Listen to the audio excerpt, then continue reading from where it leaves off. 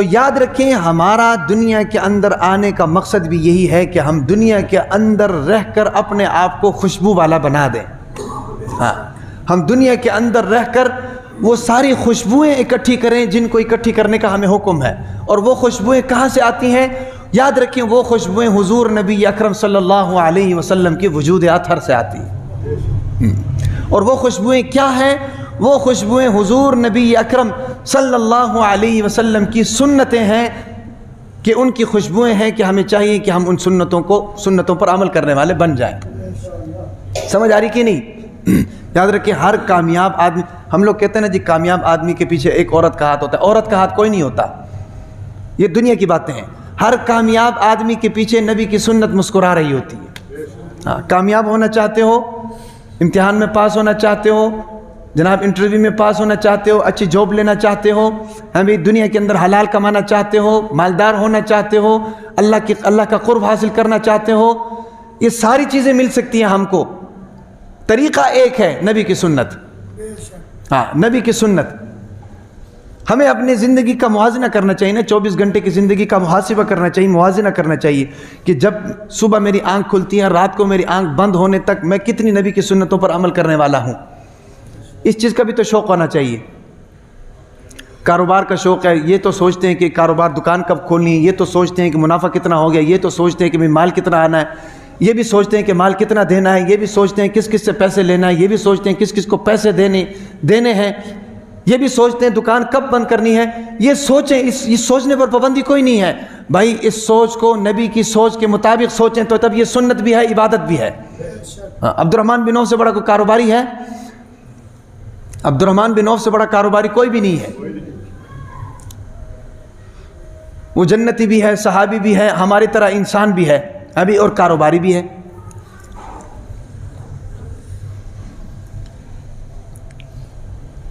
تو ہماری کامیابیوں کے پیچھے جو ہے نا جی نبی کی سنت مسکرا رہی ہوتی ہے. تو اگر کامیاب ہونا چاہتے ہیں تو پھر نبی کی سنتوں پر عمل کرنا ضروری ہے. جب نبی کی سنتوں پر عمل کریں گے تو ہم کامیاب. اچھا، نبی کی سنتوں میں سے ایک سب سے بڑی سنت کیا ہے؟ وہ کیا ہے؟ نبی کا اخلاق ہے. نبی کا کیا ہے؟ اخلاق ہے. قرآن مجید میں اللہ تعالیٰ نے حضور نبی اکرم صلی اللہ علیہ وسلم سے فرمایا کہ میرے محبوب انک لعلی خلق عظیم، آپ اخلاق کے اعلیٰ ترین درجے کے اوپر فائز ہیں. خوش اخلاقی، حسن اخلاق. سمجھ آ رہی کہ نہیں؟ حضور نبی اکرم صلی اللہ علیہ وسلم نے فرمایا کہ قیامت کے دن سب سے وزنی عمل جو ہے نا جی وہ اخلاق ہے. سب سے وزنی عمل اخلاق ہے. اچھا، اخلاق کے بارے میں ایک چیز ذہن میں رکھو، خلق اور خلق. خلق، خلق. خلق کہتے ہیں تخلیق کو اور خلق کہتے ہیں اخلاق کو. اخلاق کا لفظ جو ہے نا جی یہ خلق سے نکلا ہوا ہے. ٹھیک ہے نا جی؟ تو خلق اور خلق میں فرق یہ ہے، خلق جو ہے نا جی ہمارے جسمانی اعضاء کو کہتے ہیں، اور جسمانی اعضاء کے وضع اور قطع کو خلق کہتے ہیں، تخلیق کہتے ہیں. سمجھ آ رہی نا؟ اور خلق کہتے ہیں ان جسمانی اعضاء کو جس طرح سے استعمال کرنا چاہیے اس طریقے سے استعمال کریں، اس کو خلق کہتے ہیں. دیکھو بھائی، اللہ کی تخلیق میں کان ہیں، اللہ کی تخلیق میں ناک ہیں، اللہ کی تخلیق میں آنکھ ہیں، اللہ کی تخلیق میں جناب ہونٹ ہیں، اللہ کی تخلیق میں انسان کا جسم ہے، ساری باڈی، یہ اللہ کی تخلیق میں، یہ خلق میں آتی ہے. ٹھیک ہے نا جی؟ اور اس خلق کے بارے میں قیامت کے دن پوچھا بھی نہیں جائے گا. یہ نہیں پوچھا جائے گا تمہاری ایک آنکھ چھوٹی کیوں ہے، ایک آنکھ بڑی کیوں ہے. یہ بھی نہیں پوچھا جائے گا تمہارے جناب ایک کان کمزور تھا ایک کان ٹھیک تھا. یہ بھی نہیں پوچھا جائے گا بھائی دنیا کے اندر تم لنگڑے کیوں تھے. کیوں؟ یہ چیز، اس کا تعلق تخلیق سے ہے، خلق سے ہے، یہ اللہ نے بنایا ہے. سمجھ آ رہی کہ نہیں؟ قیامت کے دن یہ ضرور پوچھا جائے گا کہ بھئی تمہیں میں نے آنکھ دی تھی، بتاؤ اس آنکھ سے کام کیا کیا ہے. ہاں، خلق کے بارے میں پوچھا جائے گا. تمہیں میں نے ٹانگ دیا تھا، پاؤں دیے تھے، بتاؤ اس پاؤں سے کیا کیا ہے. تمہیں میں نے ہاتھ دیے تھے، بتاؤ اس ہاتھ سے کیا کیا ہے. تمہیں میں نے زبان دی تھی، بتاؤ اس زبان سے کیا کیا ہے. تمہیں میں نے سوچنے کے لیے دماغ دیا تھا، بتاؤ تم نے اس دماغ سے سوچا کیا ہے. تمہیں میں نے خواہشات کا مسکن دل دیا تھا، بتاؤ تم نے اس دل سے کن کن خواہشات پر عمل کیا ہے. خلق اور خلق میں یہ فرق ہے. اور پھر جو خلق ہے نا جی، خلق انسان کی تخلیق، اگر آپ کسی کے خلق کے بارے میں کوئی بات کریں گے نا جی آپ کو گناہ ہوگا. مثلاً ایک آدمی ہے لنگڑا ہے آپ اس کو کہو لنگڑا ہے، اللہ گناہ دیں گے، گناہ کبیرہ ہے یہ۔ اندھا آدمی ہے، اللہ نے بنایا ہے، آپ اس کو کہو گے کہ یہ اندھا ہے، گناہ کبیرہ ہے۔ کیوں؟ کیونکہ آپ اندھا تو اس کو کہہ رہے ہو لیکن اعتراض اللہ پر ہو رہا ہے، تانا تو اس کو دے رہے ہو لیکن اعتراض کس پر ہو رہا ہے بھائی؟ اللہ پر ہو رہا ہے۔ بنانے والا کون ہے؟ آپ جاپان کی استری کو جناب برا بلا کہنا شروع کر دو تو جاپانی ناراض ہوں گے کہ نہیں بھائی؟ ہونڈا کی گاڑی کو برا بلا کہنا شروع کر دو، آج کل تو سوشل میڈیا کا دور ہے، سوشل میڈیا میں جا کر کہہ دو کہ بھی ہونڈا کی گاڑیاں ٹھیک نہیں ہیں، ہونڈا کی کمپنی جناب آپ کے اوپر کیس کر دے گی کہ نہیں؟ بھائی نہیں، آپ کی وجہ سے ہمارے کتنے شیئر گر گئے ہیں۔ یہ پچھلے دنوں انڈیا کا جہاز گر گیا ہے بھائی، رافیل گرے تھے تو رافیل کے شیئرز نیچے آئے کہ نہیں؟ کیوں؟ لوگوں کی انگلیاں رافیل کی طرف اٹھ گئی تھی۔ ان ساری چیزوں کا تعلق خلق سے ہے، بے خالق سے۔ اگر آپ کسی کو یہ کہو گے کہ آپ کے جسم میں فلانی چیز کی کمی ہے، آپ کے جسم میں یہ معاملہ ہے، آپ اس کو تانا دو گے تو اس پر گناہ کبیرہ ہے۔ لیکن یاد رکھو کہ خلق کے معاملے میں اگر آپ کسی کے اوپر انگلی اٹھاؤ گے نا تو اس پر آپ کو گناہ نہیں ہے۔ نماز نہیں پڑھتا ہے، چوری کرتا ہے، رشوت لیتا ہے، گناہ کرتا ہے، زنا کرتا ہے، شراب پیتا ہے، کیوں؟ ان کا تعلق اس کے خلق سے ہے۔ اگر وہ کر رہا ہے بشرطے کہ، اگر وہ نہیں کر رہا ہے تو پھر اس کو یہ بھی کہنا گناہ ہے۔ تو خلق اور خلق ان دونوں چیزوں کے بارے میں یہ جاننا ضروری ہے، ان دونوں چیزوں میں فرق کرنا چاہیے۔ تو خلق کہتے ہیں انسان کی ظاہری تخلیق کو، انسان کی ظاہری اعضاء کو خلق کہتے ہیں، یہ اللہ نے اس کی تخلیق کی ہے۔ اور خلق کہتے ہیں کہ ان ظاہری اعضاء کو ان جگہوں پر استعمال کرنا جن جن جگہوں پر اللہ نے ان کو استعمال کرنے کا حکم دیا ہے۔ سمجھ آ رہی کہ نہیں؟ جب ہم ان چیزوں کو اللہ کے حکم کے مطابق استعمال کریں گے نا جی، پھر ہماری آخرت سنور جائے گی۔ ہم دنیا کے اندر جو آئے ہیں نا جی، ہم اپنی آخرت کو سنوارنے کے لیے آئے۔ اللہ کے نبی کا فرمان ہے، حضور نبی اکرم صلی اللہ علیہ وسلم نے فرمایا کہ کن فی الدنیا کانک غریب او غابر السبیل، کہ دنیا میں ایسے رہو جیسے ایک راہ گزر اور مسافر ہوتا ہے جو تھوڑی دیر کے لیے کسی درخت کے نیچے جناب سستانے کے لیے رکتا ہے، لیکن وہ اپنا اس کو منزل مقصود نہیں بناتا ہے، وہ وہاں پر صرف اپنی ضرورت کو پورا کرنے کے لیے رکتا ہے۔ اس کا منزل مقصود وہی ہے جہاں پر اس نے جانا ہے۔ ہم بھی یہاں پر آئے ہیں، تھوڑی دیر رکنے کے لیے آئے ہیں، کوئی 60 سال رک گیا، کوئی 70 سال رک گیا، کوئی 65 سال رک گیا، کوئی 40 سال رک گیا۔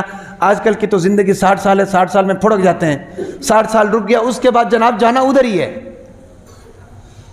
سمجھ آ رہی کہ نہیں؟ منہا خلقناکم وفیہا نعیدکم ومنہا نخرجکم تارۃ اخری۔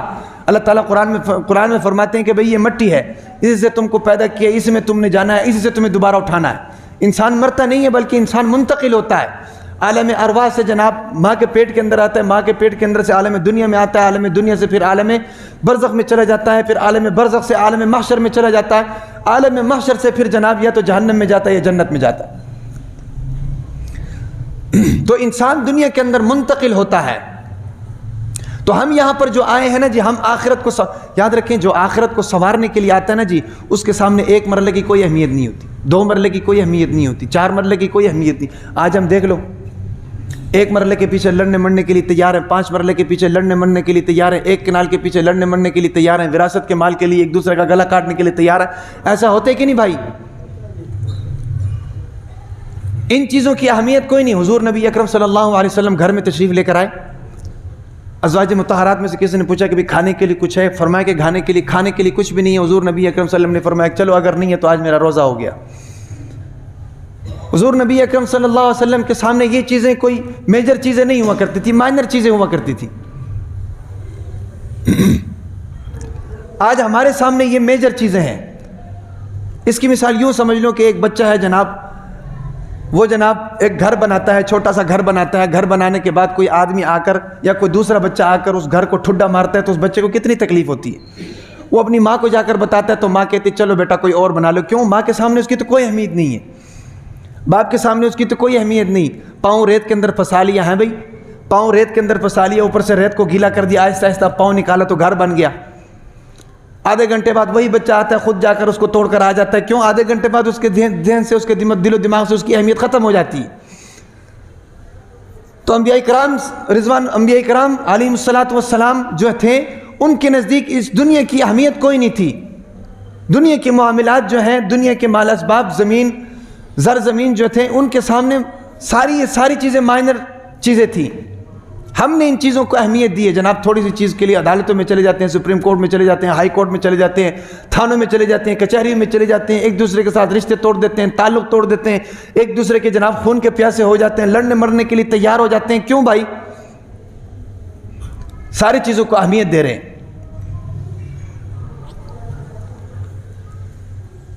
یہ ساری چیزیں اس لیے ہو رہی ہیں کہ ہم حضور نبی اکرم صلی اللہ علیہ وسلم کے جو اخلاق ہیں یا جو سنتیں ہیں ان سنتوں سے آشنا نہیں ہے, نا آشنا ہے.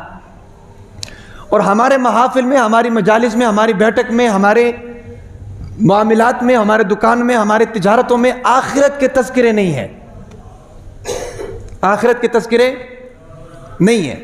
تو جب آخرت کے تذکرے ہوں گے اعمال خود بخود ٹھیک ہو جائیں گے. بھائی سزائے موت کا جو قیدی ہوتا ہے نا, اس کو 1-2 دن پہلے بتا دیں کہ بھائی 20 تاریخ کو تمہیں لٹکا دیں گے, تو 2 دن پہلے صوفی ثناء اللہ ہوتا ہے کہ نہیں؟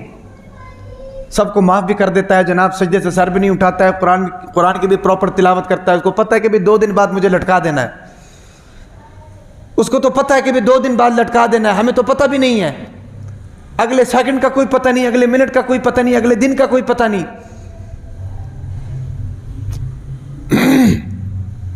تو جس چیز کا پتہ نہیں ہے اور وہ چیز یقینی بھی ہے تو پھر اس چیز کے لیے تیاری ہونی چاہیے کہ نہیں بھائی؟ تو اس کی تیاری کے لیے اور اس میں کامیاب ہونے کے لیے طریقہ کار یہ ہے کہ ہمیں وہ خوشبو والے اعمال کرنے چاہیے جو حضور نبی اکرم صلی اللہ علیہ وسلم کے جسم اطہر سے نکل رہے ہیں, اور ان کو سنتیں کہتے ہیں. اور ان سنتوں میں سب سے بڑی سنت کیا ہے؟ اللہ تعالیٰ نے فرمایا کہ اے میرے محبوب انک لعلی خلق عظیم, آپ اخلاق کے اعلیٰ ترین درجے کے اوپر فائز ہیں. سمجھ آ رہی کہ نہیں؟ اور ایک حدیث میں آتا ہے حضور نبی اکرم صلی اللہ علیہ وسلم نے فرمایا کہ اخلاق کی 360 قسمیں ہیں. کتنی قسمیں ہیں بھائی؟ اخلاق کی 360 قسمیں ہیں. جب حضور نبی اکرم صلی اللہ علیہ وسلم یہ فرما رہے تھے, ابو بکر صدیق رضی اللہ تعالیٰ عنہ بیٹھے ہوئے تھے. ابو بکر صدیق رضی اللہ تعالیٰ عنہ نے پوچھا, اللہ کے نبی اخلاق کی 360 قسمیں ہیں. اللہ کے نبی نے فرمایا 360 قسمیں ہیں, اور جو شخص ایک قسم پر بھی عمل کرے اللہ جنت میں داخل کر دیتے ہیں. ابو بکر رضی اللہ تعالیٰ عنہ, دیکھو نا صحابہ کرام رضوان اللہ علیہم اجمعین نے جو سوال پوچھے ہیں نا جی, ان سوالوں کی وجہ سے امت کی رہنمائی ہوئی ہے. ابو بکر رضی اللہ تعالیٰ عنہ نے سوال کیا کہ اللہ کے نبی کیا کوئی ایسا شخص بھی ہے جس کے اندر 360 اقسام اخلاق کی ساری موجود ہوں؟ اللہ کے نبی نے فرمایا کہ ابو بکر تم ان میں سے ایک ہو. ابو بکر تم ان میں سے ایک ہو. ابو بکر تو ابو بکر ہے نا جی. حضور نبی اکرم صلی اللہ علیہ وسلم نے فرمایا کہ جنت کے 8 دروازے ہیں. روزے داروں کا دروازہ الگ ہے جناب, نماز پڑھنے والوں کا دروازہ الگ ہے, سچ بولنے والوں کا دروازہ الگ ہے. اس طرح تقسیم ہے. ہر دروازہ جو ہے اپنے اپنے لوگوں کو بلائیں گے اپنی طرف. ابو بکر نے پھر سوال کیا کہ اللہ کے نبی کیا کوئی ایسا شخص بھی ہے کہ جس کو سارے دروازے بلائیں؟ اللہ کے نبی نے فرمایا ابو بکر تم ان میں سے ایک ہو, کہ جس کو قیامت کے دن ہر دروازہ کہے گا کہ ابو بکر میری طرف آ جاؤ.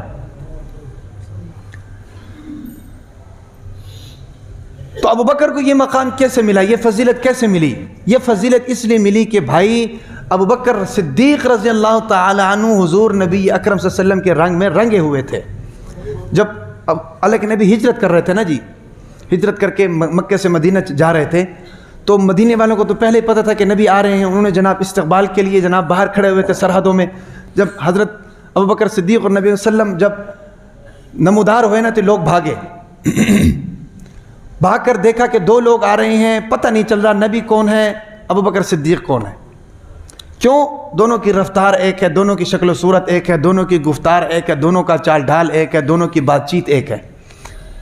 اس کو کہتے ہیں سنت پر عمل کرنا, کہ نبی کے رنگ میں رنگ جاؤ. ہاں, تو لوگ پریشان ہو گئے اور لوگوں نے جناب غلط فہمی میں ابو بکر صدیق رضی اللہ تعالیٰ عنہ سے مصافحہ کرنا شروع کر دیا. اور ابو بکر صدیق رضی اللہ تعالیٰ عنہ بھی خاموش رہے. کیوں؟ نبی تھکے ہوئے تھے. ان کے ساتھ چلتے رہے, ان کے علاقے میں گئے, مدینہ میں آئے. نبی اکرم صلی اللہ علیہ وسلم بیٹھے ہوئے تھے, ابو بکر صدیق رضی اللہ تعالیٰ عنہ بیٹھے ہوئے تھے. لوگوں نے ابو بکر صدیق رضی اللہ تعالیٰ عنہ کے گرد حلقہ بنا لیا, کسی کو پتہ نہیں کہ نبی یہ ہے. نبی آرام فرما رہے ہیں, ابو بکر صدیق رضی اللہ تعالیٰ عنہ بھی چپ ہے. اتنے میں کیا ہوتا ہے کہ دھوپ نکل آتی ہے. تو جب دھوپ نکلتی ہے نا کہ دھوپ کی جو شعائیں ہیں وہ حضور نبی اکرم صلی اللہ علیہ وسلم کی رخسار مبارک پر جب پڑتی ہیں اور پیشانی سے جب پسینہ موتیوں کی طرح بہنا شروع کرتا ہے، ابو بکر سے رہا نہیں جاتا۔ ابو بکر رضی اللہ تعالیٰ عنہ لوگوں کو پیچھے کرتے ہیں، پیچھے کر کے اٹھتے ہیں اور اٹھ کر جناب اپنی چادر اٹھا کر نبی کے اوپر تان دیتے ہیں۔ تو جب یہ عمل ہوتا ہے پھر لوگوں کو پتہ چلتا ہے کہ بھئی نبی کون ہے، غلام کون ہے۔ تو یہ جو ابو بکر کو فضیلت ملی ہے یہ اس وجہ سے ملی ہے بھائی کہ نبی کی سنتوں کے رنگ میں رنگ جاؤ، اور نبی کی سنتوں میں سب سے بڑی سنت کیا ہے؟ نبی کا اخلاق ہے۔